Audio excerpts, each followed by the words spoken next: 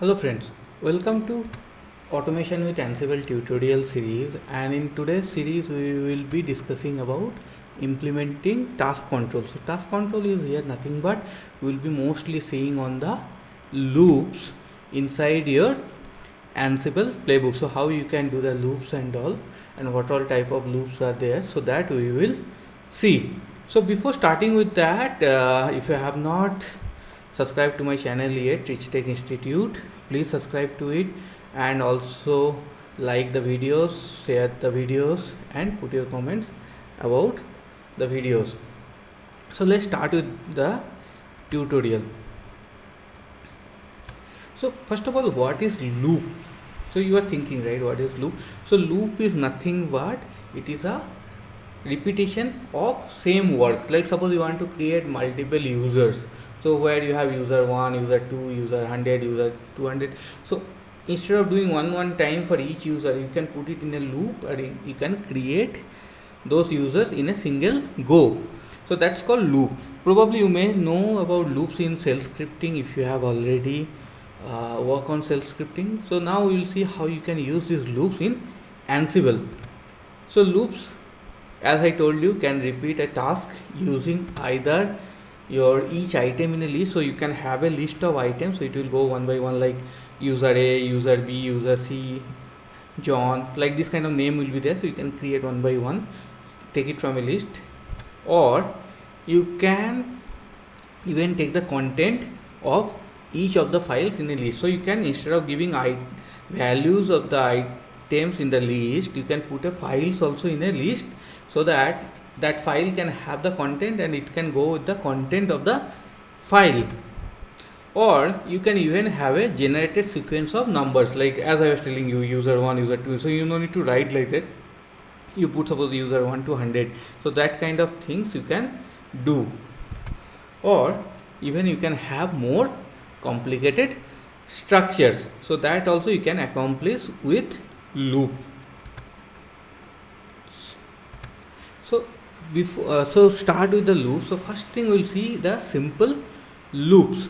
So simple loops is nothing but, here you will have a task over a list of items. So you will define list of items, and then you will run through the task on those items. So how you will do that? You will use the option called with underscore items. So this with underscore items key, you can use that, and you can define the values inside that, and those items can be taken for the loops. And how you can call those values of those defined items? You have to use the option called item. So this item will be defined with the value of those variables you are defining inside your with items. So now let's see a example.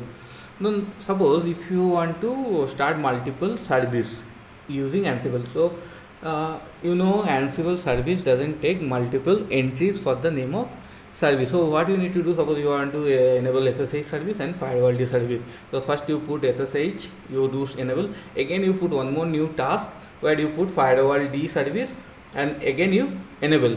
Now problem with this, it will make your playbook longer and more difficult to maintain. So instead of that, what you can do, you can put a loop for service module where you can start one by one SSHD and firewall D. How you can do that? You can do with the help of with items and item.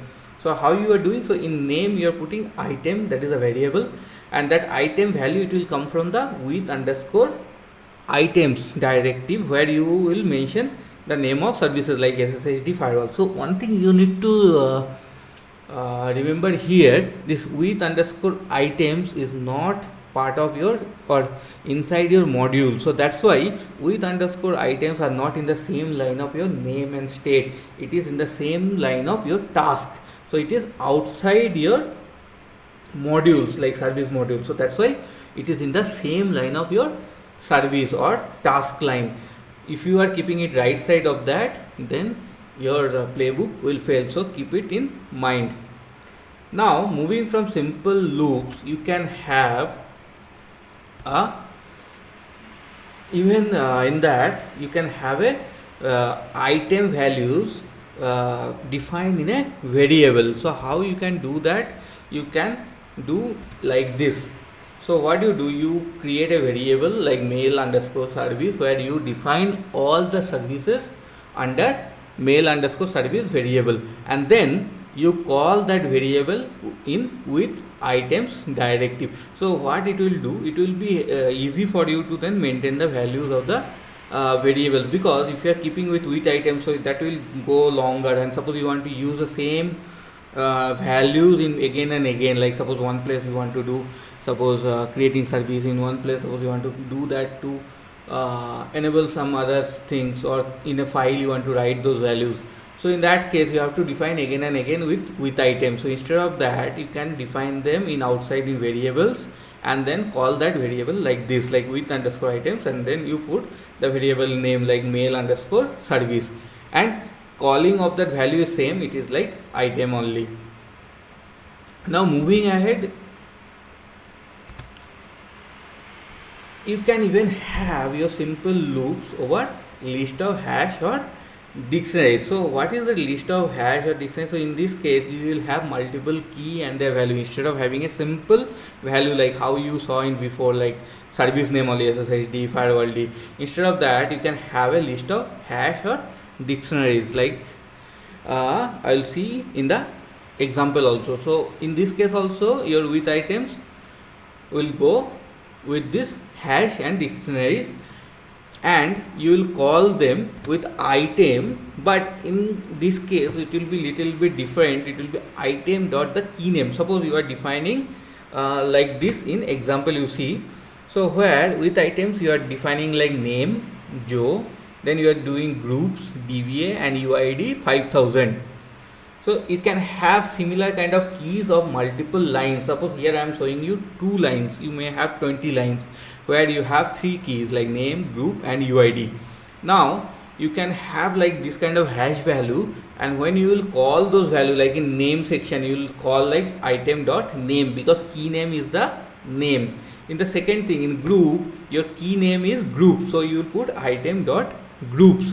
Similarly UID, it will be item dot UID. So you can call those hash values like this. Now moving ahead, we will see nested loop. So you still now you are seeing the simple loop where it will take the values and it will create it. Now in what is the nested loop? Nested loop is nothing but it is a loop inside a loop. So in this case you will not use the with items directive. Instead of that, you will use with underscore nested directive. So please remember this, for nested loop you have to use with underscore nested, and for a normal simple loop you have to use with underscore items.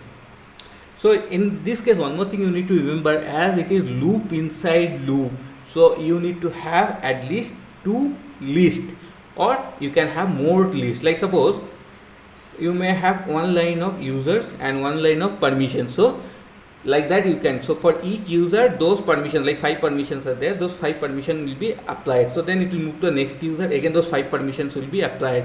So like this you can have a nested loop. And the list item in the with nested can be defined in variables also. So like not only you can define it with the with nested directive, you can even have them into a different variable and then call them. So we will see both of the example.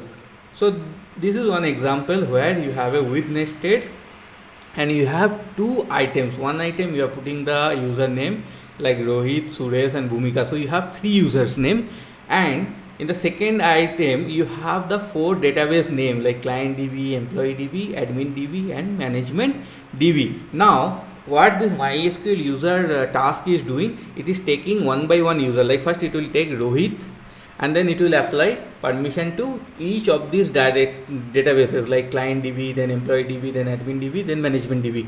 Once that is done, then it will move to Suresh. It will again do for all those 4. So that means here you have 3 items in name and 4 items in your database. So total 3 into 4, 12 times it will run the loop. So you can see and how to use this loop. So first line it will come like item, in square bracket 0. Second item will come like item square bracket 1. Third, if you have third item also, like third line with nested inside that, so you can put like item square bracket 2. So you can see in the example they are called like that. So name called like item 0 and privilege called like a item 1. Now, as I was telling you, you can even define this with nested. Instead of directly putting values in inside with nested, you can even have a variable also. Now we'll see how you can do that. So to do that, you need to define first variables, like suppose div users.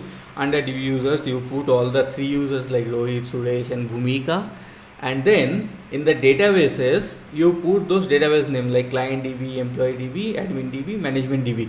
Now when calling these values inside your with nested directive, you just simply put the variable name like DB underscore user, and in second item you put like databases. So like this also you can define your with nested, and it will be running in a nested loop.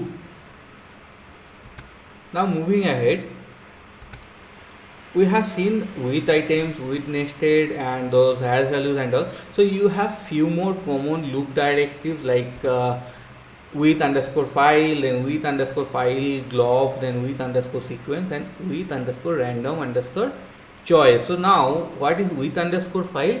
It is a list of control node file names. So item is set to the content of each file in sequence. Suppose you put file like file A, file B, file C, file D, file E, and then you have 5 items on each file. So it will take first file, it will go one by one of the items inside the file, then it will move to the second file, one by one items it will go. So it will do like this in sequence.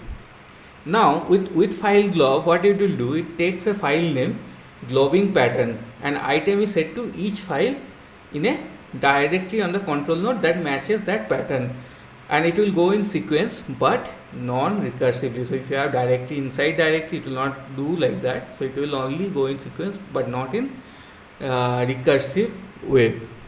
Now you have one more description, means directive that called with underscore sequence. So it is nothing but it generates a sequence of item in increasing numerical order. Suppose you want to have like user 10 to user 20. So you can go with a with sequence where you define a start point like 10 and then you put a end point like 20. So it will go 10 to 20, 10, 11, 12 like that up to 20 it will go, and this can take your decimal value or octal or hexadecimal integer value. So keep in mind it only takes with integer value, not like user A to user Z, A to Z. So that kind of things it will not do. It will only take number as a argument.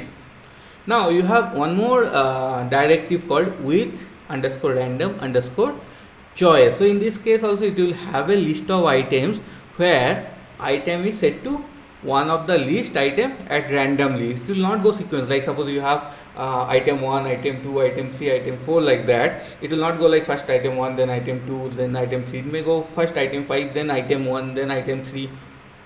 So it will go in random order. So like this you can have loops inside your Ansible playbook and can make your playbook more effective, more smaller and more easier to manage with the directives like with item or with nested or these items what you can see in your screen. So hope you have liked the session. Please like the video, share the video with your friends, colleagues and family members, and also put your comment what you like or what you don't like. So bye, have a good day. We will see you in our next video.